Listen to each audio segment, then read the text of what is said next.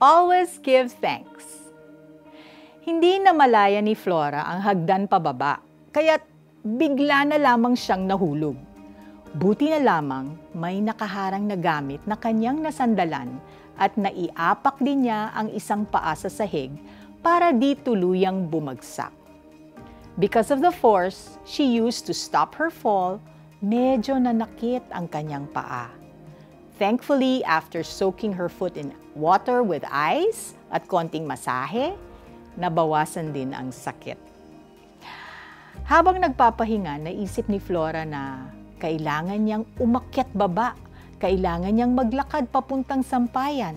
Hala, paano niya matatapos ang mga gawain na iika-ika? Doon niya na-realize how easily she took the ability to walk for granted. Na-realize niya na tunay na blessing ang makagalaw without pain from one point to another. Kaya nagagawa natin ang mga bagay na kailangan nating gawin. Naging thankful din si Flora na di siya na-sprain o nabalian. At parang nangusap sa kanya ang Holy Spirit, napasalamatan mo na ba ang Diyos for your working legs? What other blessings are yours na you have failed to appreciate? Sa Bible, inuutos ng Diyos sa atin ang maging thankful. Maya't maya, pinapaalala niya sa atin na dahil sa ating kabisihan, we take things for granted. O di kaya kagaya ni Flora, makakalimutin talaga tayo.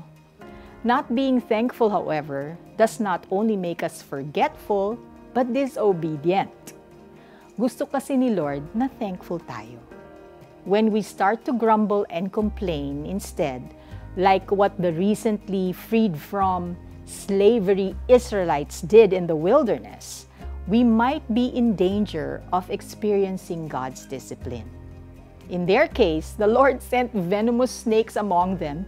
They bit the people and many Israelites died. Sabi din ni Apostle Paul, be thankful lagi sa lahat ng oras.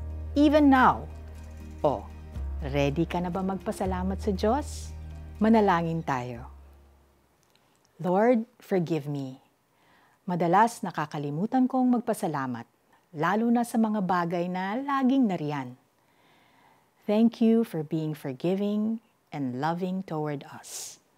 Thank you for the gift of life, the ability to see, to read, and so many blessings I forget to count. Make me grow in gratitude. Ito ang aking dalangin sa ngalan ni Jesus. Amen. Kumuha ng isang papel at sagutin ang tanong, what other blessings are yours na you have failed to appreciate? Pray ka muna for wisdom. After making your list, give thanks to God for each one.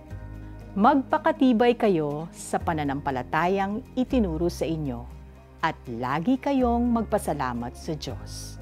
Colossians 2 verse 7. This is Felici Pangilinan Buizon saying there's always, always, always something to be thankful for.